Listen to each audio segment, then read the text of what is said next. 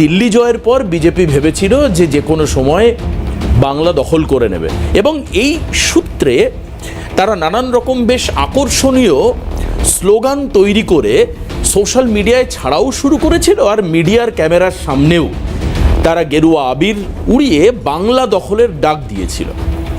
আর আজকে সেখানে বিজেপির বিরুদ্ধেই একেবারে তীব্র কড়া চাঁচা ছোলা ভাষায় আক্রমণ শানালেন শুধুমাত্র তৃণমূল কংগ্রেসের হাইকমান্ড মমতা বন্দ্যোপাধ্যায় নয়, বরঞ্চ দলের সেনাপতি অভিষেক বন্দ্যোপাধ্যায়ও। এই অভিষেক এবং মমতা বন্দ্যোপাধ্যায়ের অভিযোগটা কি? এই অভিযোগ একদম বাস্তব যে বিজেপিকে তারা শুভেচ্ছা জানাননি, ভ্যালেন্টাইন্স বাতাবরণে প্রেমের কথাও বলেননি। সর্বভারতীয় রাজনীতির ক্ষেত্রে এই রাজনীতির প্রেমের বড্ড অভাব। আজকে 13 তারিখে একটা প্রেমময় বাতাসে একটা বসন্ত আগত একটা বসন্ত মৃদু মেধুর যখন প্রেমের বাতাবরণ, সেই ক্ষেত্রেও রাজনৈতিক দলগুলো একে অন্যের দিকে তীব্র কটাক্ষ করছে। কী সেই কটাক্ষটা এটাই যে বিভিন্ন জায়গায় বিধায়কদেরকে বিভিন্ন বিধানসভায় নজর রাখতে বলা হলো যে আপনার এলাকায় ভুয়ো ভোটার ঢুকিয়ে দিচ্ছে বিজেপি, অর্থাৎ অনলাইন প্রসিজিয়ারের মাধ্যমে যে ভোটার তালিকা তৈরি হচ্ছে নতুন ভোটারদের, সেক্ষেত্রে বাইরের রাজ্য থেকে ভোটার আনা হচ্ছে। এবার আপনার মনে হতে পারে হঠাৎ করে আজকে 13 তারিখে ভ্যালেন্টাইন্স ডের আগের দিন এরকম একটা বিজেপি বিরোধী মন্তব্য কেন মমতা বন্দ্যোপাধ্যায় অভিষেক করলেন? তার কারণ হিসাবেও তারা যুক্তিসহ রেখেছেন যে মহারাষ্ট্র নির্বাচন এবং দিল্লির নির্বাচনের ক্ষেত্রে কোনো কোনো জায়গায় দেখা গেছে প্রচুর পরিমাণে অনলাইন ভোটার রেজিস্ট্রেশন, ভোটের আগ মুহূর্ত হয়েছে, এবং যেই কারণের জন্য এই দুটো জায়গায় বিজেপি পালে অতিরিক্ত হাওয়া পেয়েছে, যেটা আনসাইন্টিফিক।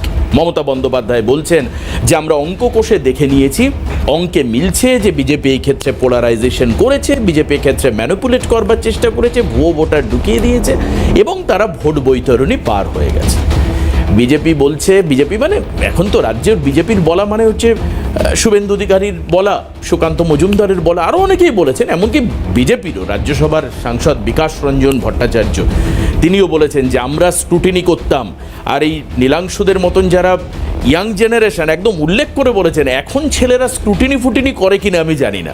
বিকাশবাবুর কথা, এটা আমার কথা নয়। নীলাংশু বলবে যে ওরা স্ক্রুটিনি করে কি করে না, এটা ওরা বলতে পারবে। কিন্তু সব থেকে যেটা মজার বিষয় সেটা হচ্ছে শুভেন্দু বলছেন 14 বছর মুখ্যমন্ত্রী থেকে উনি এইটুকু কাণ্ডজ্ঞান নেই, এই ন্যূনতম কাণ্ডজ্ঞান মমতা বন্দ্যোপাধ্যায় নেই যে মমতা বন্দ্যোপাধ্যায় বলছেন যে ভুয়ো ভোটার ঢোকাচ্ছেন।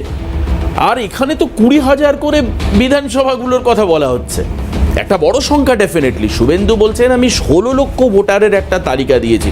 দেখুন, এই ঠিক প্রেমের দিনের আগে এই রকম ধরনের একটা বিড়ম্বনাময় কথা শুভেন্দুর মুখে শোনা যাচ্ছে যে বিধানসভার আগে নাকি জোর জবরদস্তি বা টেকনিক্যালি যেটাই হোক না কেন উনি 16 লক্ষ ভোটারকে আগে তালিকা থেকে বাদ দেবেন, তারপর বিধানসভা 2026-এ অনুষ্ঠিত হবে। আমরা শুধু এখানেই ক্ষান্ত থাকিনি। আজকে আমি, অরিন্দম, ভাস্করদা সবাই মিলে যখন আজকে এই প্রেম দিনের আগে একটা অনুষ্ঠান করতে বসি, যেখানে আমার আদতেও মন নেই অনুষ্ঠানে আজকে, আমি জানি না আপনারা কিভাবে আমাদের সঙ্গে থাকবেন, সেখানে আমরা দেখতে পেলাম আরেকটা সুন্দর ঘটনা। এটা আবার এই আমাদের সঙ্গে থাকা দেবব্রত বাবুরা তার সায়েন্টিফিক ব্যাখ্যা দেবেন। সেটাকে ঠিক যেরকম আমরা সিএতে দেখেছিলাম ওয়াকআউট করা, ঠিক সেরকম রাজ্যসভায় তুমুল হৈহট্টগোল, চিৎকার চেঁচামেচি ওয়াকআপ বিল নিয়ে তৃণমূল, আপনাদের মনে থাকতে পারে কল্যাণবাবুর মতো একজন বর্ষিয়ান আইনজীবী, তিনি আঙুল কেটে ফেললেন, রক্তাক্ত অবস্থায় তিনি বললেন যে আমি ওয়াকআপ বিলের প্রতিবাদ করতে চাই। সেই তৃণমূল কংগ্রেস ঠিক যেমন সম্ভাবনা করা হয়েছিল তারা বনবিহারে বেরিয়ে পড়লেন, অর্থাৎ রাজ্যসভায় তারা ওয়াকআউট করলেন, তারা সংসদ ভবনের বাইরে বনবিহার ঠিক করেছেন, একদম ঠিক করেছেন। আজকে প্রেমের দিনে সংসদ ভবনে থেকে প্রতিবাদ করতে হবে এমন কোনো কথা নেই। ঠিক যেরকম সিএতে বনবিহার হয়েছিল, এক্ষেত্রেও দেবব্রত বাবুরা রাজ্যসভা থেকে বেরিয়ে পড়লেন, বললেন আমরা এর মধ্যে নেই, ওয়াকআপ বিল নিয়ে আমাদের অবস্থান হচ্ছে, আমরা সংসদে থাকবো না। এবার বিচার করুন তো এই অবস্থা। ঠিক সেখানে দাঁড়িয়ে গতকালকের বাজেট নিয়ে ছোট্ট দু এক কথা না বললেই নয়। সেখানে গতকালকের বাজেটে মাদ্রাসায় যে পরিমাণ বরাদ্দ হলো, এর জন্য আবার আমরা পদ্মশ্রী কাজী মাসুম আক্তারের দ্বারস্থ হয়েছি আজকে, যে স্যার আপনি আসুন, এসে বলুন। যদিও উনি এখন উপস্থিত হননি স্টুডিওতে, উনি চলে এসছেন, ক্যামেরার পেছনে দাঁড়িয়ে বলছেন আই এম হেয়ার।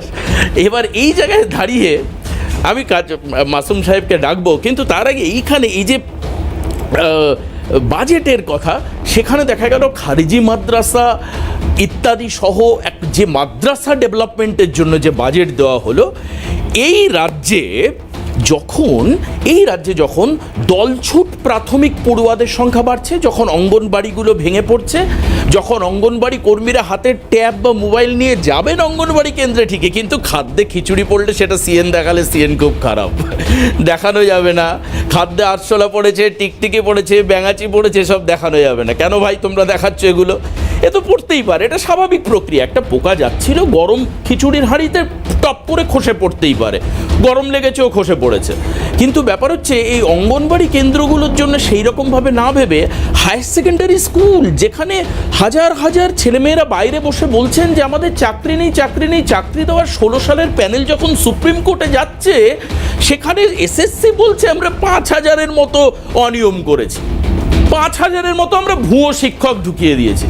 এই কথাগুলো দেবাশিস চক্রবর্তী বলছে অন্যায় করছে, কারণ আজকে প্রাগ ভ্যালেন্টাইন নিয়ে অনুষ্ঠান করা উচিত ছিল, এই সমস্ত রাজনৈতিক দলগুলোর প্রেম নিয়ে কথা বলা উচিত ছিল, কিন্তু সেটা তো হচ্ছে না রাজ্য রাজনীতিতে। আসুন একবার দ্রুত দেখাই যে আজকে কোন কোন বিষয়ে থাকছে এক নজরে। আসুন একবার দেখে নিন, দ্রুত দেখব স্ক্রিনে কি কি থাকছে আজকের বিষয় এক নজরে। ভোটের আগে ভোটার তালিকা নিয়ে দ্বন্দ্ব, ভোটার তালিকায় শাসক পাচ্ছে ভূতের গন্ধ।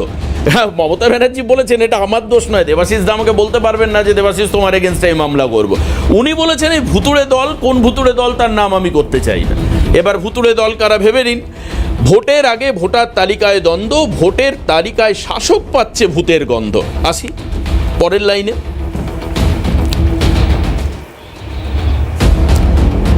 অনলাইন ভোটার তালিকার প্রতিবাদে তৃণমূল, ভুতুড়ে রাজনৈতিক দল মুখ্যমন্ত্রীর চক্ষুশূল। কোন ভুতুড়ে রাজনৈতিক দল আলোচনায় হয়তো উঠে আসতেও পারে, নাও আসতে পারে। 3 নম্বর, মুখ্যমন্ত্রীর অভিযোগকে কটাক্ষ বিরোধী দলনেতা, ডিলিট করার হুঁশিয়ারি 16 লক্ষ ভুয়ো ভোটার, এটা আজকে শুভেন্দু বলেছেন। 4 নম্বর, যে বিষয়গুলো আজকে আলোচনায় থাকবে, ভোটের আগে বাজেটে মাদ্রাসায় বরাদ্দ বৃদ্ধি, ওয়াক অফ নিয়ে হবে কি সংখ্যালঘু স্বার্থ সিদ্ধি। ঠিক এখানে দাঁড়িয়ে আমার আজকে ভীষণভাবে মনে পড়ছে এই ভোটার তালিকায় যাদের নাম ঠাম ঢুকে যাচ্ছে না, মালদার একটি খবর। মালদাতে আমরা দেখেছিলাম যে একজন পঞ্চায়েত প্রধান, তিনি কংগ্রেসের হয়ে জিতে পরবর্তীকালে তৃণমূলে এসেছিলেন, তার সঠিক পরিচয়পত্রই ছিল না। আর আজকে হাবড়া, মানে এই হাবড়া বিধানসভা, মানে জ্যোতিপ্রিয় মল্লিকের বিধানসভা আর কি, বাইদেও এটা বললে আরও ভালো বুঝতে পারবেন। সেখানে আরেকজন রত্না বিশ্বাস বলে একজন, তিনি বলেছিলেন যে বাংলাদেশের লোকেরা ঢুকলেই, ভারতে একবার ঢুকে পড়তে পারলেই তারা না চাইলেও তাদের নাম ভোটার তালিকা আমরা তুলে দেব। এই সবটা দেখাবো আপনাদের আজকের অনুষ্ঠানে। দেবব্রত বাবুর একটু বিড়ম্বনা বাড়বে, কি করব, আমরা চা বিস্কুট খাওয়াতে পারি, প্রেমের বার্তা ভালোবাসার কথাও বলতে পারি, কিন্তু ওইভাবে বলবো না যে টাই আপ গট আপ। এই কথাগুলো আবার নীলাংশরা বারবার এক্ষুনি বলা শুরু করবে যে এদের মধ্যে তো একটা প্রেমের সম্পর্ক আছে বিজেপি আর তৃণমূলের। আমি জানি না যে এটা কতটা যুক্তিসঙ্গত। আসুন একবার দ্রুত দেখাই আজকে সেই ছবিটা যেখানে ভোটার তালিকা নিয়ে প্রশ্ন। তালিকায় ভোটার তালিকা প্রসঙ্গে আজকে মমতা বন্দ্যোপাধ্যায় মুখ খুলেছেন। তালিকায় সার্থকতা থাকছে শাসক দলের, জেলায় জেলায় যাচ্ছে নির্দেশ। কী নির্দেশ যাচ্ছে? বিধায়কদেরকে সতর্ক করা হচ্ছে, নজর রাখবার নির্দেশ দেওয়া হচ্ছে নিজের এলাকায়। এটা মমতা বন্দ্যোপাধ্যায় বলছেন। অপরিচিত ব্যক্তির নাম দেখলে যোগাযোগ করতে হবে প্রশাসনের সঙ্গে, কারণ ভিন রাজ্যের ভোটাররা নাকি ঢুকে পড়ছে, ভিন রাজ্যের ভোটাররা ঢুকে পড়ছে। বিধায়করা জেলা শাসকের সঙ্গে কমিউনিকেশন রাখবেন, অনলাইনে নয় ফিজিক্যালি আসতে হবে সামনে। ভোটার তালিকায় এবার কড়া নজর তৃণমূলের। মমতা বন্দ্যোপাধ্যায় এখন বলেন যে বামেদের কফিনে পেরেক পোতা হয়ে গেছে, কিন্তু এই বামেদের বিরুদ্ধেই ভোটার তালিকা নিয়ে তুমুল সোচ্চার হয়েছিলেন মমতা বন্দ্যোপাধ্যায়। এই মমতা বন্দ্যোপাধ্যায় যিনি টিএন সেশনের আমলে ভোটার কার্ড তৈরির কথা বলেছিলেন, যিনি অনলাইন রেজিস্ট্রেশনের কথা বলছেন বারবার করে, প্রোগ্রেসের কথা বলছেন, এগিয়ে বাংলার কথা বলছেন, যিনি কয়েকদিন আগে বিজিবিএস করলেন এবং সেখানে তথ্য প্রযুক্তিতে বড় বড় ইনভেস্টমেন্টের কথা বললেন, মমতা বন্দ্যোপাধ্যায় আজকে ফিজিক্যালি আসার কথা বলছেন। ঠিকই তো, প্রেমের দিনের আগে ফিজিক্যাল অ্যাপ্রোচটাই সবচেয়ে বড়। আসুন এবার আপনাদেরকে আমরা দেখানোর চেষ্টা করব যে মমতা বন্দ্যোপাধ্যায় এই তালিকা নিয়ে, অর্থাৎ এই ভোটার তালিকা নিয়ে, এবং সেখানে ভূতের গন্ধ পেয়ে ভৌতিক একটি দল তারা কাজ করছে, এই সম্পর্কে কি বলেছেন শুনুন। In the name of online voter list, you are taking help from Election Commission and sending ED and CBI. I am not blaming them, but this is the ভুতুরে রাজনৈতিক দলের কাজ. I am not mentioning the রাজনৈতিক দল name. আমার ভাষায় ভুতুরে রাজনৈতিক দল যারা এদের পাঠিয়ে বিহারের লোকেদের নাম তুলছে অনলাইন. কেন অনলাইনে হবে? আপনাকে ভোটার কার্ডে নাম তুলতে গেলে, আধার কার্ডে নাম তুলতে গেলে আপনাকে ফিজিক্যালি যেতে হয়. তাহলে বিজেপি 40 লাখ ভোট বাড়লো কী করে মহারাষ্ট্রে? আর দিল্লিতেই বা আপনারা কি করেছিলেন? একদিন না একদিন তো বেরোবে. শুনুন, অঙ্কটাকেও দেরিতে কষে, অঙ্কটাকেও আগে কষে. অঙ্কটা কষতে জানতে হয়. আমরা অঙ্ক কষে দেখে নিয়েছি.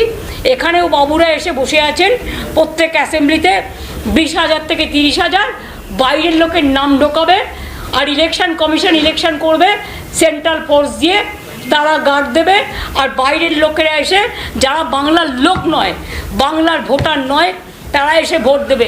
এই পরিকল্পনা কিন্তু আপনাদের আমরা ভেস্তে দেবো. অন্য রাজ্য যেটা পারে না, বাংলা পারে, কারণ বাংলা স্বাধীনতা আন্দোলনের জন্ম দিয়েছে, বাংলা নবজাগরণের জন্ম দিয়েছে. বাংলা যা পারে অন্যরা পারে না. এই চুরিটা আমরা ধরে ফেলেছি. সত্যিই তো, যদি বাইরের রাজ্যের ভোটাররা ঢুকে প্রত্যেকটা বিধানসভায় 20 থেকে 30,000 ভোটের এদিক সেদিক করে দেয়, মানে যেটাকে ভোটের টার্মে সুইং বলে, তাহলে তো মানে 2026-এর বিধানসভায় ফলটা অন্যরকম হবে.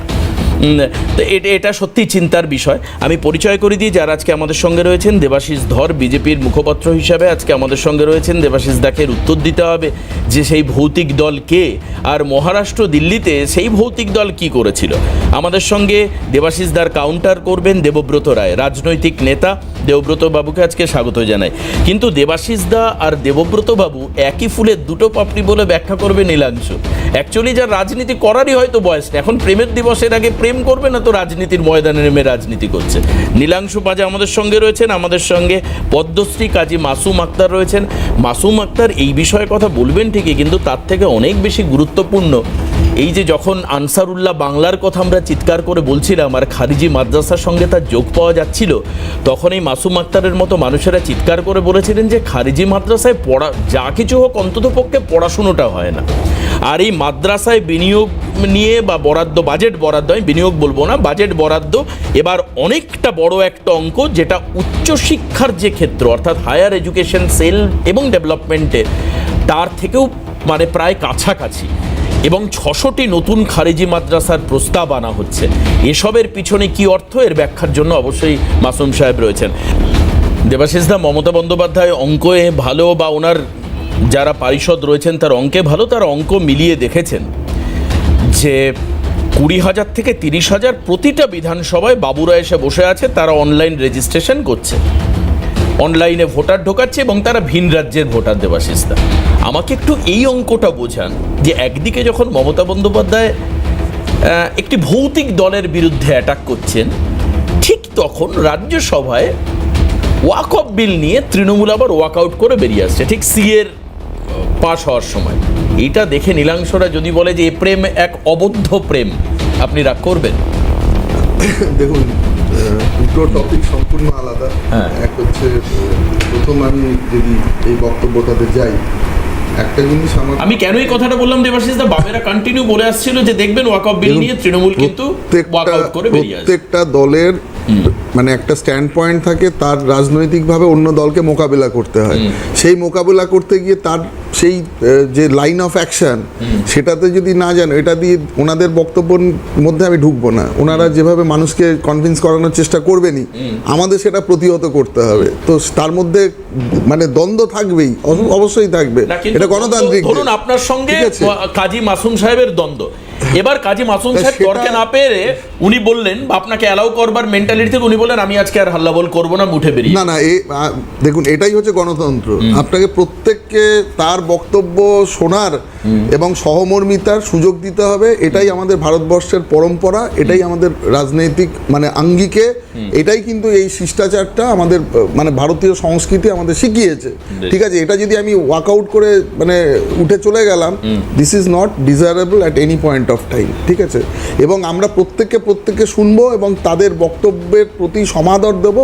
এবার let the people decide the মানে ফেট অফ দ্য মানে এই ডিসকাশন। তো সেই জায়গায় দাঁড়িয়ে আমি যদি আসল বক্তব্যে যাই, এখানে একটা জিনিস খুব ভালো করে দেখবেন যে আমাদের মাননীয় মুখ্যমন্ত্রী যেগুলো দেখবেন কোনো জিনিস মানে উনি যখন প্রস্তাবনা করেন তার মানে এটা কিন্তু অলরেডি চক আউট করা থাকে, মানে আগে প্রিকনসিভড একটা নোশন ছড়িয়ে দেন, সেটা আপনাকে ধরে নিতে হবে এরপরে তৃণমূল কী কী করতে পারে। ঠিক আছে, এই যে দীর্ঘদিনের প্র্যাকটিস, ঠিক আছে, বাম জমানাতে যতটুকু ছিল বা যে জায়গায় হয়তো যেটা নিয়ে উনি যেখান থেকে মানে যত প্রতিবাদ যত কিছু করেছেন, একসময় ভোটার লিস্ট নিয়ে ইয়েতে ছুঁড়ে মেরেছেন স্পিকারের প্রতি, আজকের দিনে দাঁড়িয়ে যেখানে বাম জমানাতে যা যা অভিযোগ নিয়ে শেষ হয়েছিল সেখান থেকে কিন্তু পিক আপ করে তাকে 100 গুণ এগিয়ে নিয়ে যাওয়ার যদি কাজ করে, সেটা তৃণমূল দায়িত্ব নিয়ে করেছে। দেখুন, আমি যেহেতু এই ইলেকটোরাল সিস্টেমের সাথে একজন মানে ল অ্যান্ড অর্ডারের রক্ষক হিসাবে থেকেছি, আমি সেন্ট্রালে অবজারভার হিসাবে গেছি, আমি বিভিন্ন সময়ে বিভিন্ন রকম দায়িত্ব পালন করেছি, এইটুকু মানে হয়তো আমি এই সিস্টেমটা পুরোটা জানি।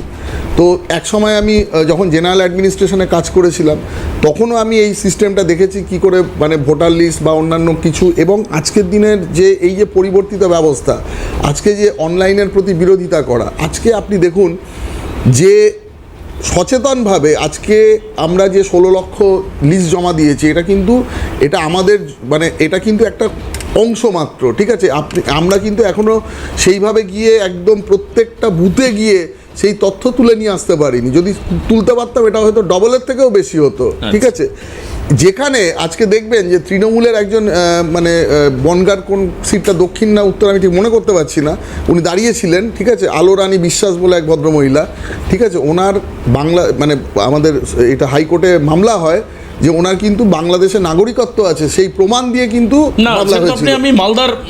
আমি তো মালদায় একটি গ্রাম পঞ্চায়েতের প্রধান, তার নাম লাভলি খাতুন হচ্ছে তার নাম, তিনিও কংগ্রেসের হয়ে জিতেছিলেন, পরবর্তীকালে তৃণমূল কংগ্রেসে আসেন, ওনারও কোনো নিজের কোনো পরিচয়পত্র ছিল না, উনি বাংলাদেশ থেকে দেখুন আমাদের একটা ভালো করে বুঝতে হবে, আসামে নাগরিকত্ব আইনের উপরে মাননীয় সুপ্রিম কোর্ট যে নির্দেশ দিয়েছে, সেই নির্দেশিকা যদি এখানে বলবৎ হয়, কালকে যে কত লোকের নাম আমাদের এখান থেকে বাদ যাবে কেউ সেটা কিন্তু এখন মানে আজকে যদি যে কাউকে বলা হয় কেউ অ্যাসেস করতে পারবে না, কারণ ম্যাক্সিমাম যে আমাদের এই বিনা বিভিন্ন পরিচয়পত্রে ঢুকে আসা লোকজন এখানে পরবর্তীকালে লোকাল প্রশাসনের সাহায্য নিয়ে এই সচেতনভাবে তারা এই ভোট ব্যাংক যে বানিয়েছে, আজকে সেই জায়গা থেকে তারা বেরোতে পারছে না। বিভিন্ন জনসভায় তারা দায়িত্ব নিয়ে বলে বেরিয়েছে যে তোমরা এইভাবে আসো, ঠিক আছে, এটা মানে তাহলে মমতা বন্দ্যোপাধ্যায় বলছেন আমি ফিজিক্যালি যাওয়াটাকে পছন্দ করি, অনলাইনে আপনারা ভুয়ো রাজ্যের মানে ভিন রাজ্যের ভুয়ো ভোটার ঢোকাচ্ছেন। আবার একটা কথা এই ফিজিক্যালি আর অনলাইন এর মধ্যে ডিসক্রিমিনেশন তৈরি হচ্ছে। অবশ্যই ফিজিক্যালি আর অনলাইনের মধ্যে ডিসক্রিমিনেশন, দেখুন আপনার কাগজপত্র আপনার হয়ে একদম সঠিক কথা বলুন, নিখুঁত কোনটা হবে? শুনুন, দুটো জিনিসেরই যদি আমার ভেরিফিকেশন সঠিক হয় তাহলে ফিজিক্যালি করুন আর অনলাইনই করুন, তার মধ্যে কোনো প্রভেদ নেই। আর ভোটার লিস্ট যারা সংশোধন করেন, ইলেকটোরাল অফিসার যারা, বিডিও থেকে আরম্ভ করে এসডিও থেকে আরম্ভ করে ডিএম থেকে আরম্ভ করে, তাদের প্রত্যেকের পদাধিকার বলে তারা দায়িত্বে থাকেন। এখানে কিন্তু অন্য ইলেকশন কমিশন বলে অন্য কোনো লোক নেই, এখানে কিন্তু তারা অন ডেপুটেশন টু মানে ইলেকশন কমিশন অফ ইন্ডিয়া কাজ করেন। এই স্তরে যে লোকাল যে ইনফ্লুয়েন্স, এটা কিন্তু আমাদের রাজ্য ছাড়া সরি টু সে আমাদের অন্য কোথাও নেই। শুধু রাজ্যের ইনফ্লুয়েন্স মানে তার মানে আপনি ডিএমদের বলছেন, কারণ ডিএমদের বিভিন্নভাবে যেভাবে ইনফ্লুয়েন্সড হয়। আর সব থেকে বড় কথা, আপনি এটা শুধু নয়, আপনি দেখুন যে অন্য কোথাও ভারতবর্ষ অন্য কোনো রাজ্যে আপনি দেখাতে পারবেন না কোনো ইলেকশনে নমিনেশন পেপার জমা দিতে গিয়ে মারপিট হচ্ছে, কাউকে ধরে মারছে ক্যান্ডিডেটকে, বিরোধী যে পার্টি হোক না কেন, সেটা হচ্ছে না। কিন্তু মহারাষ্ট্র আর দিল্লির উদাহরণ টেনে মমতা বন্দ্যোপাধ্যায় বলছেন এই শর্ট টাইমের মধ্যে, শর্ট পিরিয়ড অফ টাইমে একটা প্রচুর সংখ্যক অনলাইন ভোটার রেজিস্ট্রেশন হয়েছে মহারাষ্ট্র এবং দিল্লির ক্ষেত্রে। আমি ইমিডিয়েট আপনাদেরকে শোনাবো শুভেন্দু অধিকারী কি পাল্টা দিয়েছেন, একবার শুনে নিন, তারপর অভিষেক বন্দ্যোপাধ্যায় কি বলছেন। আমি দুটোই শোনাই, আপনার বলতে আরো সুবিধা হবে। প্রথম শোনাবো শুভেন্দু অধিকারী কি বলেছেন। দল নেম ওনার কোনো কাণ্ড জ্ঞান আছে? 14 বছর ধরে মুখ্যমন্ত্রী আছেন, ইলেকটোরাল রোলের রেজিস্ট্রেশন অফিসার কে? ডিস্ট্রিক্ট ম্যাজিস্ট্রেট, ওরা কোনো কাণ্ডজ্ঞান আছে? 16 লক্ষ ডুপ্লিকেট ভোট আমরা বের করে দিয়েছি, ডিলিট করাবো বিধানসভা ভোটের আগে। এতে করেছে। আমি কেন বলছি, আপনি যদি দেখেন ভোটের মেশিনারি যারা সিরিয়াসলি করে তারা এটা বুঝতে পারবে যে দিল্লিতে আপনি যদি দেখেন ভোটার তালিকায় গত 2024 লোকসভা নির্বাচন থেকে শুরু করে বিধানসভা দিল্লি নির্বাচন, June July August September October November December January, এই যে 8 মাসে 4 লক্ষ লোকের নাম নথিভুক্ত করা হয়েছে বাড়তি, যেটা গত 14 বছরে হয়নি।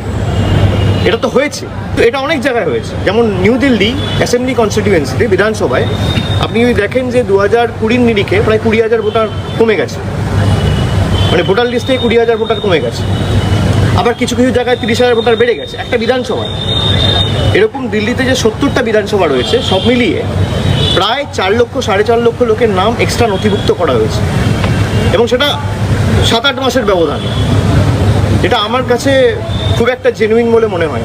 কমিশনের ভূমিকা আপনারা তো দেখেছেন সবাই, কমিশনের ভূমিকা নিয়ে যত কম বলা যায় তত ভালো, গলা বিশ্রাম পাবে। নীলাংশুর দুটো বক্তব্য শোনালাম। একদিকে হচ্ছে ইলেকট্রাল রোলের যে অফিসার, এটা একটু আগে দেবাশিস দাও বলছিলেন যে উনি হচ্ছেন জেলা শাসক, কাজেই তার একটা ভূমিকা থাকে। জেলা শাসক এই রাজ্যের একজন কর্মচারী, রাজ্য সরকারের অধীনস্থ কর্মচারী। আর অন্যদিকে দিল্লি আর মহারাষ্ট্রে এই যে শর্ট টাইমে 4 লক্ষ ভোটারের নাম রেজিস্ট্রেশন করা, অভিষেক বলছেন যে এই ক্ষেত্রে ত্রুটি বিচ্যুতি থাকতে পারে। দেখো দেবাশিসদা, দীর্ঘদিন ধরে আমাদের দল এবং তার সাথে আমাদের বিভিন্ন স্তরের নেতা নেত্রী তারা বারবার বলেছি আমরা যে ইলেকশন কমিশন কখনোই পক্ষপাতদুষ্ট আচরণ করছে না। সেটা জাতীয় নির্বাচন কমিশন হতে পারে, রাজ্যের নির্বাচন কমিশন হতে পারে, উভয়ের ক্ষেত্রে একই ব্যাপার। কিন্তু মমতা ব্যানার্জির এত বছর পরে যে শীতঘুম কাটিয়ে উনি বেরিয়ে এসছেন, এটা ভারী অবাক করার বিষয়। কারণ এত দিন ধরে তলে মমতা ব্যানার্জি কী করছিলেন? তোমরাও একই মত, সহমত তালিকাকে অনলাইন প্রসিজারে নিয়ে গিয়ে তার মধ্যে একটা মেলাইন করবার চেষ্টা করা হচ্ছে, বিভিন্ন ক্ষেত্রে মেলাইন করার চেষ্টা করা হচ্ছে। বিএলআরও হিসেবে যাদেরকে নিয়োগ করা হয়, আপনি যদি বুথ লেভেলে যারা কাজ করে তাদেরকে জিজ্ঞেস করেন, তারা প্রত্যেকেই তৃণমূলের সাথে পরিবারের, নাহলে তৃণমূলের পরিচিত লোক, তাদেরকে বসিয়ে দিয়ে সেখানে বিএলআরও হিসেবে তাদেরকে নিযুক্ত করা হচ্ছে। এবার যাদেরকে নিযুক্ত করা হচ্ছে তারা পক্ষপাতদুষ্ট নয়। এবার সেক্ষেত্রে আমরা ভোটার তালিকা যখন স্ক্রুটিনি করে জমা দিচ্ছি, আপনি আমার এলাকায় দক্ষিণেশ্বরের 14 নম্বর ওয়ার্ডে একটা বাড়িতে 187 জন ভোটার। বিগত 4 বছর ধরে আমরা বলছি যে এখান থেকে এই ভোটার তালিকা থেকে এতজন ভোটার, একটা বাড়িতে 187 জন ভোটার কোথা থেকে এলো, তার নাম বাদ দিতে হবে। কিন্তু এখনো অবধি 4 বছর পরে গিয়েও সেই নাম বাদ দেওয়া সম্ভব হয়নি। বলাটা তো রাজ্য সরকার না, তোমরা নির্বাচন কমিশনকে বলেছো, তাও কোনো এফেক্ট নেই। তো সেটাই তো বলছে, নির্বাচন কমিশন নির্দিষ্টভাবেই পক্ষপাতদুষ্ট। এবং তার থেকেও বড় কথা হচ্ছে গোটা এলাকায় যখন আমাদের বাংলা ছিল, আমাদের সময় আমরা কখনো বলিনি যে আমাদের সময়তে কোনো ভুল নেই, কিছু নেই, কিন্তু এই ধরনের ঘটনা কখনো আমাদের সময় হয়েছে বলেই মনে পড়ে না। আর তার থেকেও বড় কথা হচ্ছে গোটা রাজ্যের বিভিন্ন কেন্দ্রগুলোতে বিভিন্ন নির্বাচনের সময়, হতে পারে পঞ্চায়েত, হতে পারে বিধানসভা, পৌরসভা, যে কোনো নির্বাচনের সময়তে বিভিন্ন এলাকা থেকে বহিরাগতরা ঢুকে যে ছাপ্পাটা দেয়, সেই ছাপ্পা দেওয়ার সময় তো মমতা ব্যানার্জির এই কথাগুলো মনে পড়ে। ধরনের ভোট প্রক্রিয়াকে প্রভাবিত করা, আর যেটা যে অনলাইনে রেজিস্ট্রেশন, আমি যেটুকু জানি যে অনলাইনে ফর্ম 6 রেজিস্ট্রেশন করতে হয় 18 বছরের ওপর হলে, একদম সে ভোটার হিসাবে এই নির্বাচন কমিশনের, সর্বভারতীয় নির্বাচন কমিশনের একটি ওয়েব পোর্টাল আছে, তার পার্টিকুলার লিঙ্ক আছে, সেখানে গিয়ে ফর্ম 6 ফিল আপ করতে হয়। এবং যদি সে বাইরে থাকে, বিদেশে থাকে, তাহলে তাকে 6A ফর্ম ফিল আপ করতে হয়। তাহলে সে অনলাইন তার নাম রেজিস্ট্রেশন হলো, সে নিজেও সেটাকে চেক আপ করতে পারে। আমি যদি ডিজিটাল ইন্ডিয়ার কথা বলি, ডেফিনেটলি তাহলে ডিজিটাল প্রোগ্রেসের কথা বলতে হবে। এটা ডেফিনেটলি একটা ডিজিটাল প্রোগ্রেস। আবার এটাও বাস্তব, আজকে যেমন এই জামতারা রাজ্য সরকারের তরফ থেকে দেখানো হচ্ছিল যে সোশ্যাল সাইবার ক্রাইম হয়েছে, তাতে ক্রিমিনাল ধরা যাচ্ছে, অর্থাৎ অনলাইন প্রসিজিয়ারের মধ্যে ত্রুটিও আছে, এটাও বাস্তব। ঠিকই, এই পদ্ধতিটার কথা বলছি। তুমি বা দেবাশিসদা যেভাবে বলছো ভোট প্রক্রিয়াকে পুরোপুরিভাবে মেলাইন করা হয়, বা শাসক দল তাকে ড্রাইভ করবার চেষ্টা করে, তাদের একটা সোলো উইং কাজ করে, আমি এই জায়গায় আসছি না। আমি বলছি যে অনলাইন প্রক্রিয়ার উপর তো তাহলে মানুষ বিশ্বাস রাখতে পারবে না আগামী দিনে। এই রাজ্যের সরকার অনলাইন প্রক্রিয়ার উপর, অনলাইন প্রক্রিয়ার ক্ষেত্রে বিভিন্ন বিষয়তে এই রাজ্যের সরকারের আপত্তি ছিল। তুমি যদি একটু অতীতে মনে করে দেখো, ব্রাত্য বসু যখন প্রথম শিক্ষামন্ত্রী হলেন, উনি বললেন অনলাইনে সমস্ত ভর্তি হবে। মমতা ব্যানার্জি খেপে গেলেন, বললেন তাহলে আমার দলের এই যে মানব সেনাটা রয়েছে, তারা তাহলে টাকা কামাবে কোথা থেকে? কলেজের গেটে দাঁড়িয়ে অনলাইন প্রক্রিয়া তুলে দাও, আবার ফিজিক্যাল প্রক্রিয়া চালু করতে হবে। তাহলে মমতা ব্যানার্জি এবং তার দলের যে কোনো স্তরের নেতাদের কাজ হচ্ছে, এবার দেখবেন নতুন নতুন করে দুর্নীতি শুরু হবে, ভোটার তালিকায় নাম দিতে গেলেও তৃণমূলের ব্লক সভাপতিকে হাজার হাজার টাকা ঘুষ দিতে হবে। এটা হচ্ছে তৃণমূলের লক্ষ্য। টাকা কোথা থেকে আসবে এটা তৃণমূল অঙ্ক বিচার করে। আমরা বলছি অনলাইনে অনলাইনে বিচ্যুতি থাকতে পারে, কারণ এই অনলাইনে ত্রুটি বিচ্যুতি থাকতে পারে, ফিল আপ করতে গেলে that is free of cost, ত্রুটি বিচ্যুতি থাকতে পারে। আমি বলছি না যে ত্রুটিবিহীন কোনো প্রক্রিয়া এখনো ভারতবর্ষে তৈরি হয়েছে বলে আমরাও বিশ্বাস করি না, কিন্তু সেটা মনিটরিং এর মধ্যে আনতে হবে। ডিএম কে দেখতে হবে, এডিএম রয়েছে, তার জন্য তারা সরকার থেকে মাইনে পায়, আমি তুমি ট্যাক্স দিচ্ছি, তার পয়সা ওদের সংসার চলে, তাহলে তাদের এই দায়িত্ব, তাদেরকে সেই দায়িত্ব পালন করতে হবে। কিন্তু কখনোই তার পরিবর্তে ফিজিক্যাল প্রসিডিওর আমি আরো পিছনের দিকে পিছিয়ে যেতে পারি না। আর তুমি বলছিলে কালকে প্রেম দিবসের কথা, আমার পাশে দাদা বসে আছে, খারাপ লাগছিল, কারণ 14ই ফেব্রুয়ারি ভ্যালেন্টাইন্স ডে, ওনাদের দলের আবার বজরং দল খেপে যাবে। আমি ভাবছিলাম তুমি কালকে রাস্তায় বেরোবে, সাবধানে বেরিও, আজকে প্রেম দিবসের কথা বলছো, হয়তো বজরং দলের লোকজন যারা রয়েছে তারা খেপে যাবে। তাকে তোমাকে শুভেচ্ছা প্রেম দিবসে, তবে সাবধানেও থেকো। ভুতুরে ভোটার তো তুলেছেন মুখ্যমন্ত্রী নিজেই তার দলকে দিয়ে 2011 পরবর্তী সময়ে। এখন তিনি এই কথা বলতে বাধ্য হচ্ছেন কেন? এখন কিছু কিছু জায়গায় আওয়াজ উঠে গেছে যে অনেক ভিনদেশি লোক তারাও জাল নথি তৈরি করে ভোটার হয়ে গিয়েছে। চামড়া বাঁচাবার জন্য এখন এই কথাগুলো বলছেন। আমরা তো ছেলেবেলায় তাই দেখতাম, পাড়ায় পাড়ায় যেতাম স্কুটিনি করতে, ওর দল কখনো স্কুটিনি করে? খোঁজ খবর করতাম 3বার 4বার করে, কে কোথায় থাকবে, কে ডিফল্ট, কে ট্রান্সফার হয়েছে। আমাদের ছেলেরা এখন করে কিনা আমি জানি না, কিন্তু আমরা ছেলেবেলায় এইসব করতাম যাতে ভোটার লিস্টটা ঠিক মতো হয়। এখন তো এসব নেই, এখন এই সমস্ত সবই অনলাইনে যে কত বড় চিটিংবাজি হয় সেটা লোকে বুঝতে একটু সময় লাগবে, এখন বুঝতে পারছে সবাই। বিকাশবাবু বামেদের রাজ্যসভার সাংসদ, কিন্তু বর্তমানে নীলাংশুর মতো বামেরা কি করে, বিকাশবাবু এখন খবর রাখার হয়তো বা সময় পান না, ব্যস্ত মানুষ, আইন ব্যবস্থা নিয়েও তাকে ব্যস্ত থাকতে, ওটা তার পেশা। দেবব্রতবাবু আপনার কাছে আসি, তৃণমূল জমানা থেকে এই ভুয়ো ভোটার আসা শুরু হলো, তার মানে বিভিন্ন বিধানসভা কেন্দ্রে এটা বারংবারের অভিযোগ, প্রথমে বামেদের পরে বিজেপির অভিযোগ যে সংখ্যক ভোটার আছে সেই সংখ্যক ভোটার ভোট দেয় না। বিশেষত পঞ্চায়েতগুলো যখন ভোট কাউন্ট হয় তখন দেখা যায় কোনো পঞ্চায়েতে দেখা যায় প্রায় 90%, 95%, 99% তৃণমূলের ভোট পড়ে যাচ্ছে। এই জায়গাগুলো নিয়ে আমি কথা বলছি না, আপনাদের সমস্যা হচ্ছে অনলাইন ভোটিংয়ে বিজেপি বহিরাগতদের ঢোকাচ্ছে, এই অভিযোগ। এটা কিসের ভিত্তিতে বলছেন? শুধুমাত্র মহারাষ্ট্র আর দিল্লিতে ভোটার তালিকায় নাম উঠে গেল 4 লক্ষের, এর উপর ভিত্তি করে, নাকি অঙ্কটা কিসের? মমতা বন্দ্যোপাধ্যায় বলছেন আমি অঙ্ক মিলিয়ে দেখেছি, এবার কিন্তু এই জারি জুরি আর চলবে না। দেখুন, সহজ অঙ্ক একদম দিনের আলোর মতো পরিষ্কার। কীরকম? গণতন্ত্রে মানুষের অধিকার প্রতিষ্ঠা করতে মমতা ব্যানার্জি আজকে নয়, সেই অবিভক্ত কংগ্রেসের আমল থেকে 1993 সালে আপনি দেখবেন, তখন নির্বাচন কমিশন অফিসটা ছিল মহাকরণে। মমতা বন্দ্যোপাধ্যায় মহাকরণ অভিযান করেছিলেন, সেটা ভারতীয় রাজনীতিতে একটা মাইলস্টোন। সেখানে no identity card, no vote. কারণ মমতা ব্যানার্জি চেয়েছিলেন মানুষ তার অধিকার ফিরে পাক, কারণ বাম আমলে দেখা যেত মানুষ তার ভোটাধিকার প্রয়োগ করতে পারতো না, কোনোভাবেই তারা এটা অস্বীকার করার জায়গা নেই, আটকে দিত। কিন্তু মমতা ব্যানার্জি দীর্ঘদিন তো একই অভিযোগ আছে। হ্যাঁ বলছি, নিশ্চয়ই করবো, বিরোধীরা করবে না, অভিযোগ করবে না, তাদের বিরোধী আছে। এখন আমি বামেদের অভিযোগ বলছি, এখনো মানুষের সেই অভিযোগ আছে যে আমরা ভোটার কেন্দ্রে গিয়ে ভোট দিতে পারি না। দেখুন, এবার আপনি যে কোনো ইলেকশন, সেটা লোকসভা হোক, বিধানসভা হোক, পঞ্চায়েত হোক, আমাদের কাছে ভুরি ভুরি বাইট আসে। আজকের দিনে দাঁড়িয়েও যেখানে তৃণমূল 11 থেকে 14, প্রায় 14 বছর শাসন করে ফেললো, এখনো মানুষের অভিযোগ তারা ভোট কেন্দ্রে গিয়ে ভোট। এখানে অভিযোগ কেন্দ্রীয় বাহিনীর নিরাপত্তায় আমাদের এখানে ভোট হয়। অভিযোগ যদি কিছু থাকে, সেটা কোন ব্যর্থতা যদি থাকে, সেটা কেন্দ্রীয় বাহিনী, আচ্ছা, এবং সেটা নির্বাচন কমিশনে, সেখানে রাজ্য সরকারকে দোষ দিয়ে কোনো লাভ নেই। দেখুন, এখানে তার মানে ভেতরে বসে থাকা ভোটার কেন্দ্রে কিছুক্ষণ আগে নীলাংশু বললো, ঠিক স্পেসিফিক জায়গাটা আসলো না, আমি ভাবছিলাম বলবে। তার মানে ভোট কেন্দ্রের ভেতরে বসে থাকা স্কুলের সেই মাস্টার যিনি পোলিং অফিসার হয়ে গেছেন, কোনো একটি সরকারি স্কুলে কাজ করেন, বা কোনো একটি পৌরসভার একজন কর্মী যিনি সরকারের আন্ডারে কাজ করেন, কিন্তু তিনি পোলিং 1, 2, 3 অফিসার হয়ে গেছেন, প্রিজাইডিং অফিসার হয়ে গেছেন, তার ঘাড়ে কোন শব্দ আছে, কোন বাপের শব্দ আছে? আমি একদম এই শব্দ বলে বলছি যে সে ভোটার, মানে ওইরকম এক অপরিচিত ভোটার যে তৃণমূলকে ভোট দিতে যাচ্ছে, তাকে দেখে আটকাবে, চেস করে বলবে যে অ্যাকচুয়াল ভোটার। আপনি সেই বিজেপি করবে, কার প্রতিনিধির কথা বলছেন, বিনা পরিচয়ে ঢুকে আসা লোকজন। বিনা পরিচয়ের লোকে আসা লোকজন বলতে কি বাংলাদেশ থেকে আগত লোকজন, না আমাদের পার্শ্ববর্তী রাজ্য থেকে আসা লোকজনের কথা বলছি, আমি ঠিক জানি না। যদি বাংলাদেশ থেকে হাই জাম্প মেরে আসে, আমার কোনো অভিযোগ নেই। এটা শনাক্তকরণ বলছি, দেখুন বিভিন্ন বুথে বিজেপি অনেক জায়গায় প্রার্থী, বিজেপি অনেক জায়গায় এজেন্ট দিতে পারে না।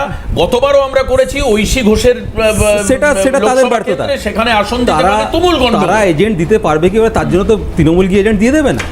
এখন দেখুন ভুয়ো ভোটার হাই জাম্প মেরে বুথে গিয়ে আসে না, পাচ্ছে না, লোক নেই বলে নয়, রীতিমতো না না threat না চলছে ঠিক বাইরে। আছে, শুনুন সেটা তো অভিযোগ থাকতেই পারে। দেখুন এবার ভোটার আপনাদের বলছে অনলাইনটাই সমস্যা। বলছি প্রতিটা আমি এইগুলো ছেড়েই দিলাম, এগুলো তো হয়, আমরা সবাই ভোটার বুথের মধ্যে চলে আসছে এগুলো ভোট ছেড়ে দিতে। দিন। অনলাইনে কেন রেজিস্ট্রেশন করতে পারবেন একজন লোক? দেখুন সর্বগ্রাসী বিজেপি, যখন আমরা মোবাইলে সবকিছু করতে পারি, সারা ভারতবর্ষে- আমি ভোটার হিসাবে আমি কেন ন্যাশনাল দেখুন, ইলেকশন কমিশনের পোর্টালে গিয়ে নিজের নামকে ভোটার হিসাবে এনরোল করতে পারবো অনলাইন না? এরর, কেন পারবো না? অনলাইন ফ্রড একদম সর্বত্র ভরে গেছে। আমরা পার্শ্ববর্তী রাজ্য থেকে বিভিন্ন জামতাড়া গ্যাং, অমুক গ্যাং, তমুক গ্যাং বিভিন্নভাবে অনলাইন ফ্রড করছে। এটা তো cyber crime। ক্রাইম, এটাও তো অনলাইন। cyber crime। দেখুন ক্রাইমের কোনো নেই। আমরা বিজেপিকে আমরা যে একদম খোলা চোখে বিশ্বাস করবো, এই যেখানে বলছেন বিরোধী দলনেতা আমি বলছেন, বিজেপি না, আমি তো ইলেকশন কমিশন, একটা কনস্টিটিউশনাল হ্যাঁ, বডিকে সেই তো জায়গাটা মানতে হবে। বিরোধী দলনেতা আরে সাধারণ বলছেন, মানুষ আমরা কি করবে? 16 লক্ষ ভোটার ডিলিট করে দেবো। তুমি কে হরিদাস পাল ডিলিট করার হে? সেটা তো ওনাকে উত্তর দিতে হবে। উনি বলছেন আমি ডিলিট করব, তার মানে কি নির্বাচন কমিশনটা মাননীয় শুভেন্দু অধিকারী চালান? এটা ওনাকে আগে পরিষ্কার করতে হবে। দেখুন স্বায়ত্তশাসিত সংস্থা একটা অটোনোমাস বডি, তাদের নির্দিষ্ট কিছু ক্ষমতা রয়েছে এবং রাজ্য সরকারের কিছু মানুষ লোকজন নিয়ে তারা কাজ করে। নিশ্চয়ই আমরা চাই তারা নিরপেক্ষভাবে পশ্চিমবঙ্গে যেরকম কাজ করবে অন্যান্য রাজ্যেও কাজ করবে, সেখানে এইভাবে অভিযোগ আনাতে হবে। কিন্তু ভুয়ো ভোটার যেটা বলছি আমরা দেখতে পাচ্ছি, পার্শ্ববর্তী রাজ্য থেকে কিছু মানুষ ঢুকে পড়ছে, বিভিন্ন ক্রাইম করছে, চলে যাচ্ছে। আবার একটা তথ্য যেটা দিচ্ছি, আমাদের আচ্ছা দেবব্রত বাবু, আমাকে একটা বাস্তব কথা বলুন দেখি। পার্শ্ববর্তী রাজ্যের কোন একজন অপরিচিত মানুষ, আপনাদের যেরকম সংগঠন জালের মতো বিস্তার রয়েছে বিভিন্ন ব্লকে, বিভিন্ন একদম প্রান্তিক পঞ্চায়েত পর্যন্ত, কোনো পাশের রাজ্যের কোনো বিহারি বা উত্তরপ্রদেশের কোনো উত্তরপ্রদেশী বা মধ্যপ্রদেশের কোনো মধ্যপ্রদেশী অপরিচিত কোনো ব্যক্তি কোনো পার্টিকুলার বুথে ঢুকে ভোট দিয়ে চলে যাবে আর তৃণমূল তাকে ট্র্যাক করতে পারবে না, এটা সম্ভব আদত? ঘটনাটা তা নয়। না হয় কি আদত? যেটা বলছি, যেটা হচ্ছে, এটা এক মিনিট, যেটা হচ্ছে আপনি যদি কলকাতার ক্ষেত্রেই দেখেন, ক্রমশ হিন্দিভাষী ভোটারের সংখ্যা বাড়ছে, বাংলাভাষী ভোটার কমছে। আপনারা বিজেপি দীর্ঘদিন ধরে অভিযোগ করে আসে এই বাংলাদেশি ঢুকে পড়ছে, বাংলাদেশি ঢুকে পড়ছে। বাংলাদেশিরা ঢুকে পড়ে কি হিন্দি ভাষাটা শিখে সেটা তো নিচ্ছে? বিজেপি বারবার করে অভিযোগ করছে মুসলিম ভোটারের সংখ্যা বাড়ছে, হিন্দু ভোটারের সংখ্যা কমছে। তারা তো যারা দেখুন ধর্মীয় মেরুকরণ করে তারা এটা বলবে, এটা অস্বাভাবিকতা কিছু নেই। তা ওদের পুঁজি হচ্ছে ধর্মীয় মেরুকরণ আচ্ছা, করবো। এবার বিজেপি কেন এই ধরনের কথা বলবে না? আমি শোনাই হাবড়ার একটি অনুষ্ঠানে, হাবড়া বিধানসভা মানে হচ্ছে জ্যোতিপ্রিয় মল্লিকের বিধানসভা, আবার ফিল্ডে নেমেছেন জ্যোতিপ্রিয় এবং মমতা বলছেন ভুল কারণ দেখিয়ে মিথ্যাভাবে কেন্দ্র সরকারের গোয়েন্দা সংস্থা এনফোর্সমেন্ট ডিরেক্টরেট তারা ভুল তথ্যের ভিত্তিতে জ্যোতিপ্রিয়কে বালুকে এতদিন জেলেবন্দি করে রেখেছিল। বালু আবার অনফিল্ড, আমাদের সামনে প্রমাণ রয়েছে শুভেন্দু অধিকারী। না বালু আবার অনফিল্ড। এই হাবড়াতে বলেছিল একটু না এক মিনিট দেখুন, যখন বিজেপির সামনে এই ধরনের জনসভার ফুটেজগুলো পেয়ে যাবে, বিজেপির আপনারাই তো বলেন যে সোশ্যাল মিডিয়ায় খুব স্ট্রং, বিজেপি যখন এই ফুটেজগুলো পেয়ে যাবে হাতে, তখন বিজেপি বলবে, নীলাংশুরা বলবে, এমনকি সাধারণ মানুষ বলবে। কি বক্তব্য? আমি বক্তব্যটা শোনাই একটু, যে কিভাবে এই যে ভুয়ো ভোটার ইস্যু, তৃণমূলের একজন নেত্রী তৃণমূলের মঞ্চে দাঁড়িয়ে কি বলছেন শোনাবো আপনাদের, শুনুন।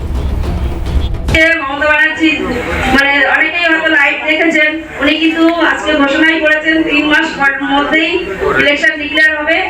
আর অভিজিৎ যেটা বললেন আমরা সবাই জানি ভোটার লিস্টের কাজ চলছে। এখানে অনেক মানে জাকিতা নির্বাচনী এলাকায় অনেক বাংলাদেশি লোক এখানে বসবাস করেন। জাকিতার লিঙ্কটা ভালো করতে পারে, অভিজিৎটা বললেন, আমিও বলছি।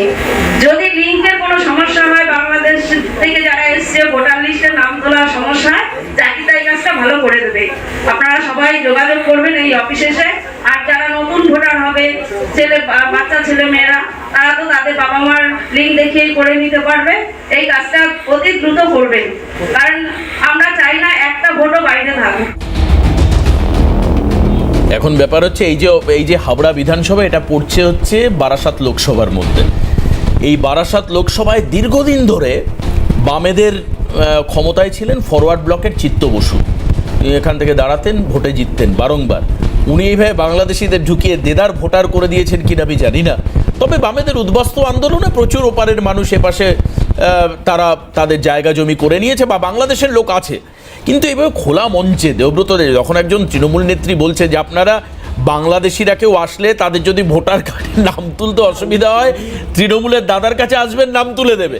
এই রকম ভয়াবহ বক্তব্য চিত্তবশের সময় কেন, তার পরবর্তী সময় বামেদের কেউ বলে। শুনুন, ব্যর্থতা যদি কিছু থাকে সেটা সম্পূর্ণ কেন্দ্রীয় সরকারের, কারণ বর্ডারে তারা পাহারা দেয়। বেশ, এখানে তো- দেবাশিস দা একটা কথা বলি শুনুন, এই যে আলোচনাটা হচ্ছে আপনাকে বুঝতে হবে যে কারা কোথায় ভোটার লিস্ট, মানে আমাদের মানে ভারতবর্ষের নাগরিক হিসাবে কাদের ভোটার লিস্টে নাম উঠতে পারে এটা বুঝতে হবে। কোনো বিদেশি নাগরিক ভোটার লিস্টে নাম তুলতে পারে বলে, এটা নিয়ে ডিবেট হতে পারে বলে আমার মনে হয় এখানে এটা শেষ করা উচিত। আর আমি যদি ভারতবর্ষের সংবিধান আমাকে অধিকার দিয়েছে যে কোনো জায়গায় থাকার, যদি ধরুন আজকে আমি পশ্চিমবঙ্গে রয়েছি, কালকে আমি দিল্লির বাসিন্দা হতেই পারি, নিয়ম কি আমাকে ওখানে ভোটার লিস্টে নাম তোলাতে গেলে এখানে ভোটার লিস্টে নাম কাটা যাবে, ওখানে গিয়ে আমি যখন ইয়ে করবো আমার ওটা অ্যাকসেপ্টেড হবে, এখান থেকে কাটা যাবে, একটা জায়গায় থাকবে আমার নাম। এবং আমি যেখানে থাকি না কেন, আমি কর্মসূত্রে থাকি, অন্যান্য যে কোনো সূত্রে যদি যাই, ভারতবর্ষের সংবিধান কিন্তু আমাকে এই অধিকার দিয়েছে দিয়েছে দিয়েছে। Nobody can debate on that particular issue. কিন্তু আমরা যেটা নিয়ে ডিবেট করি, মানে ভয়ঙ্কর, এই যে আমরা যুক্তি দিচ্ছি বাংলাদেশ থেকে কতগুলো উগ্রপন্থী আর কতগুলো মানে আমাদের ভারত বিদ্বেষী কতগুলো লোককে ঢুকিয়ে, মানে আমাদের মানে সংবিধান এবং যারা মানে আমাদের দেশ বিরোধী তাদেরকে আমরা ডিফেন্ড করছি।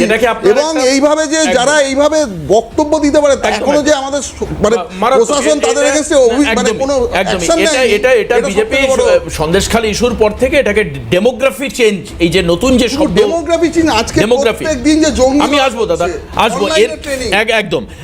আমি এই যে জঙ্গি তৎপরতা এবং সেই সঙ্গে সঙ্গে আমি রাখবো হচ্ছে ওয়াকআপ বিল সম্পর্কে, কারণ আমাকে ফিরে এসে পদ্মশ্রী কাজী মাসুম আক্তার রয়েছেন স্পেসিফিক্যালি এই বিষয়ে। এবং অন্যদিকে আমরা দেখতে পেলাম তৃণমূল বেরিয়ে আসলো, আর অন্যদিকে আমরা দেখলাম মাদ্রাসায় হলো চূড়ান্ত বরাদ্দ, এবং সেই অর্থে নতুন শিক্ষক নিয়োগের তো কোনো কথা বলা হলো না। তার মানে প্রাইমারি আর হায়ার গভর্নমেন্ট যে এডুকেশন সিস্টেম, সেখানে কি হবে আগামী দিনে, একটা বড় প্রশ্ন চিহ্ন। কেন তাহলে মাদ্রাসাতে বেশি গুরুত্ব দেওয়া হলো? যে বিষয়ে আমরা কথা বলবো একবার টিভি স্ক্রিনে রাখি আমরা, ঠিক এই এক্স্যাক্ট এই বিষয়ের উপরে কাজী মাসুম সাহেবের কাছে আমাদের প্রশ্ন থাকবে।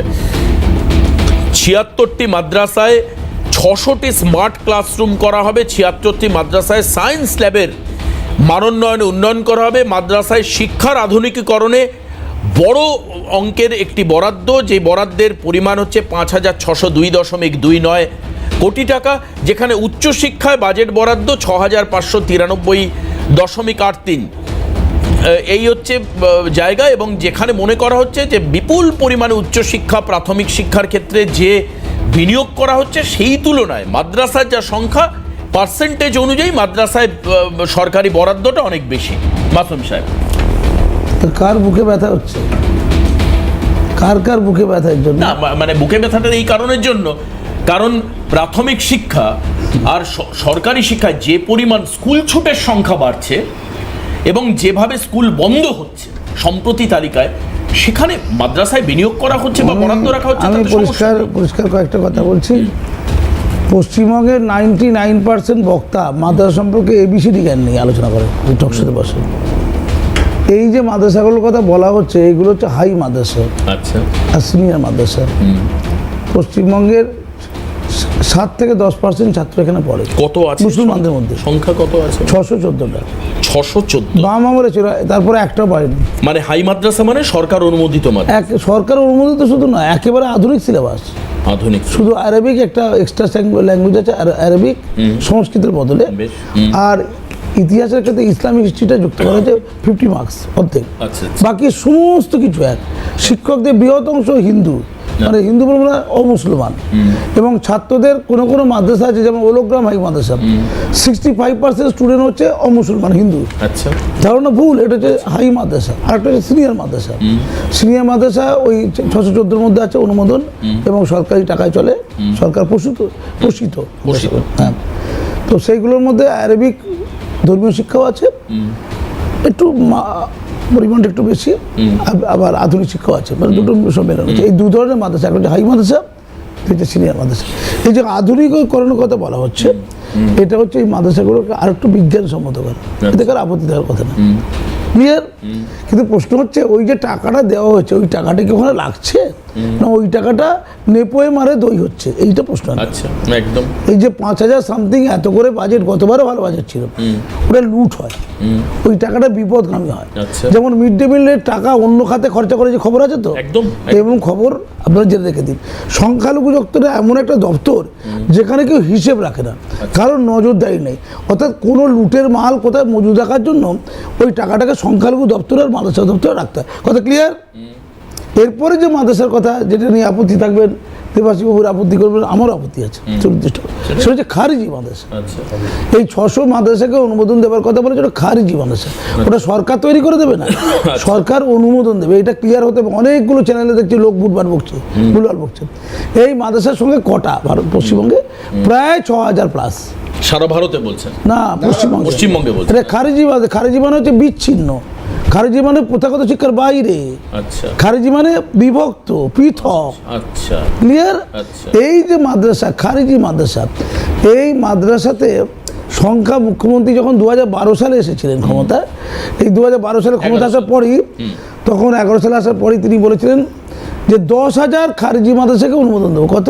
10,000। এখন তো 600 বলেছে, বেচারি 10,000 বলেছেন তো। আসলে মাদ্রাসা সংখ্যা হচ্ছে খারিজি মাদ্রাসা কত, মাত্র 6,000 প্লাস, 10,000 মাদ্রাসাই নেই। এই খারিজি মাদ্রাসার কি, মসজিদের সাথে একটা দুটো ঘর নিয়ে নিটোল একেবারে পিওর ধর্মীয় শিক্ষা দেওয়া হয়। আচ্ছা, আধুনিক শিক্ষা প্রায় নেই, জ্ঞান বিজ্ঞান ইংরাজি বাংলার শিক্ষা প্রায় নেই। খুব কম খারিজি মাদ্রাসা, যে বিরাট বিপুল যে খারিজি মাদ্রাসায় সামান্য একটু আধুনিক শিক্ষা দেওয়া হয়, মানে একটু বিজ্ঞান, সামান্য একটু ইংরাজি, একটু বাংলা। যেমন সিদ্দিকুল্লাহ সাহেবের কিছু মাদ্রাসা আছে খারিজি মাদ্রাসা, তহ সিদ্দিকিদের মাদ্রাসা আছে, ওই হুমায়ুন কবি ভরতপুরে তারও একটা মাদ্রাসা আছে খারিজি মাদ্রাসা। হ্যাঁ, ওই আরও কিছু খারিজি মাদ্রাসা আছে যেগুলোতে একটু একটু ধর্মীয় শিক্ষার পাশাপাশি একটু আধুনিক শিক্ষা দেওয়া হয়। কিন্তু এত নিম্নমানের শিক্ষা, ওই বাচ্চারা না শেখে পার্থিব শিক্ষা আর না শেখে ধর্মীয় শিক্ষা, মধ্যিখানে হাবুডুবু হয়। ওই ছেলেগুলো কি হবে বলছে? তাহলে সরকারি স্কুলে যায় না কেন? যায় না, ওরা ধর্মের নামে মাদ্রাসা, ধর্ম শিখে বেহেস্তে যাবে যে, ইমাম মৌলানা হবে যে, সমস্যা তো ওই জায়গায়। ওই মাদ্রাসার সংখ্যা 6,000, সেই মাদ্রাসার মানোন্নয়নের জন্য টাকা নয়, সেই মাদ্রাসাকে এই টাকা দিতে পারবে না, কারণ ওই মাদ্রাসা অনুমোদিত নয়। আর অনুমোদন নিলে আধুনিক সিলেবাস ফলো করতে হবে, আধুনিক সিলেবাস, পরিকাঠামো, শিক্ষাঙ্গন, শিক্ষক ছাত্রের পরিকাঠামো, একটা ফরম্যাট আছে, সেই ফরম্যাট ফিল আপ না হলে এই অনুমোদনের জন্য আবেদনই করা যাবে না। 10,000 মাদ্রাসায় যখন অনুমোদন দেবে বলেছিল, আবেদন করেছিল মাত্র 500টার মতো মাদ্রাসা, তার মধ্যে 237টা মাদ্রাসাকে মাত্র অনুমোদন দেওয়া হয়েছিল, খারিজি মাদ্রাসাকে। অনুমোদন পাওয়ার পর তারা টাকা পায়নি, তারা আধুনিক সিলেবাস পায়নি, ভালো করে শুনুন, তারা সময় একদম কম, তারা জামা কাপড় পায়নি, তারা মিড ডে মিল পায়নি, তারা পোশাক পরিচ্ছদ পায়নি, ফলে চূড়ান্ত অবস্থা। এবং ওখানে যে বাচ্চারা লেখাপড়া শিখছে, আপনি বলছেন এখানেও নেপো মেরে দই হয়। আমি বলছি ওই যে খারিজি মাদ্রাসার উপর নজরদারি করতে হবে, ওই বাচ্চারাও তো ভারতের বাচ্চা, একদম আমাদেরই সহকারী, তারা ধ্বংস হয়ে যাচ্ছে, ওই দিকে নজর দিতে হবে, এই ব্যাপারটাতে ক্লিয়ার হতে হবে। একদম, যে কোনো আধুনিক শিক্ষা ব্যবস্থা যাতে উন্নত মানুষ গড়ে ওঠে, উন্নত ভারত গড়ে ওঠে, সেক্ষেত্রে আমাদের সম্পূর্ণভাবে সায় আছে। এই যে আজকে আক্তার সাহেব যে সুন্দরভাবে বোঝালো, সত্যি আমিও অনেকটা সমৃদ্ধ হলাম। কিন্তু যে ধরনের শিক্ষা ব্যবস্থা মানে ইতিহাসকে ভুল ব্যাখ্যা দিয়ে পিছনে টেনে নিয়ে যায়, তার প্রতি আমাদের চরমতম বিরোধ আছে। এবং এইভাবে যেগুলো এইভাবে খারিজি মাদ্রাসা সম্পূর্ণ বিরোধী। আর একটা লাইন বলবো দাদা, একটা লাইন না একটু বলে দিই, মুসলমানদের শিক্ষা ইকুয়াল টু মাদ্রাসা, যেটা মাননীয়রা বলছেন, বাকিরা বলছেন, ওটা একেবারে ভুল। কারণ টোটাল মুসলমান যত ছাত্রছাত্রী পশ্চিমবঙ্গে পড়ছে, তাদের 10 থেকে 15% খারিজি, সিনিয়র এবং হাই মাদ্রাসায় পড়ে, আর 80 থেকে 85% সাধারণ স্কুলে পড়ে। সেই স্কুল মুসলমান এলাকাতে উন্নয়ন ঠিক নেই, পঠন পাঠন ঠিক নেই, শিক্ষক ঠিক নেই, 80% কথা হচ্ছে। এটা তো বাস্তব যে সরকারি এবং প্রাথমিক থেকে দলছুটের মানে প্রচুর সংখ্যক ছাত্রছাত্রী বেরিয়ে যাচ্ছে, এটা তো একদম বাস্তব পরিস্থিতি বর্তমান রাজ্যের। তাহলে সেখানে সরকারি মানে উচ্চ শিক্ষায় বিনিয়োগ নেই কেন? মাদ্রাসায় প্রচুর বিনিয়োগ, 5,000 কোটি টাকা, 5,500 কোটি টাকার উপরে। গোটা দেশ এবং রাজ্যের সরকার হতে পারে সেটা হিন্দুত্ববাদীদের ক্ষেত্রে, কোনো ক্ষেত্রে সেটা সুবিধাজনক, কোনো ক্ষেত্রে মৌলবাদীদের ক্ষেত্রে, কিন্তু মানে সাম্প্রদায়িকতার রাজনীতি গোটা দেশ এবং রাজ্যে চলছে। তুমি এটা বলছো অ্যাসেসমেন্ট পলিটিক্স। বেশ, দেবব্রত বাবু, হাতে একদম সময় নেই, দেবব্রত বাবু। যাই হোক, নীলাংশুরা এখন ধর্মকর্ম করছে আর বিভিন্ন ফেস্টিভ্যালে যোগদান করছে, ভালো লাগলো নীলাংশুর কথা শুনে। দেখুন, কুশিক্ষা অশিক্ষার একটা তো বামের খুব অনুষ্ঠানে মিল আছে। যাবে না? না না, এখন বোধোদয় হয়েছে, ভালো ভালো জিনিস এগুলো। হ্যাঁ, হ্যাঁ। তো ধর্ম নিয়ে কেউ বলে বেহেস্তে যাব, আর কেউ বলে কুম্ভে গিয়ে সরাসরি স্বর্গে যাব। অশিক্ষা কুশিক্ষা সব জায়গাতেই আছে, সেই ওই ধর্মে বলবেন, এই ধর্মে বলছেন। তা আমরা বলি সব ধর্ম সমান, সবার সাথে একসাথে কাজ করতে হবে। এই যে বলছেন যেটা স্কুল এডুকেশন 41,153 টাকা বরাদ্দ হলো, সেটা কি এর মধ্যে আসবে না? সেটাও এত এড়িয়ে গেলেন। বেশ বেশ বেশ, আজকে আমাদের শেষ করতে হবে, হাতে আর একেবারে সময় নেই, হাতে একদম সময় নেই। তবে এই যে যখন আলোচনা হচ্ছে যে মিড ডে মিল ছাত্রছাত্রীদেরকে দিয়ে স্কুলমুখী করার কথা চেষ্টা করা হচ্ছে, সেখানে বাজেট বরাদ্দ এরকম থাকে যে হাফ ডিম দিয়ে তারপর আর ডাল দেওয়ার পয়সা থাকে না। এই মারাত্মক জায়গাটা কেন নজরে নেই? আজকের এই অনুষ্ঠান এখানে শেষ করতে হবে, হাতে আর একেবারে সময় নেই। হাল্লা বলে এই পর্যন্তই। আমি সবাইকে ধন্যবাদ জানিয়ে আজকের অনুষ্ঠান শেষ করব। পরবর্তী খবরের জন্য আপনাদের নজর থাকুক ক্যালকাটা নিউজে। নমস্কার।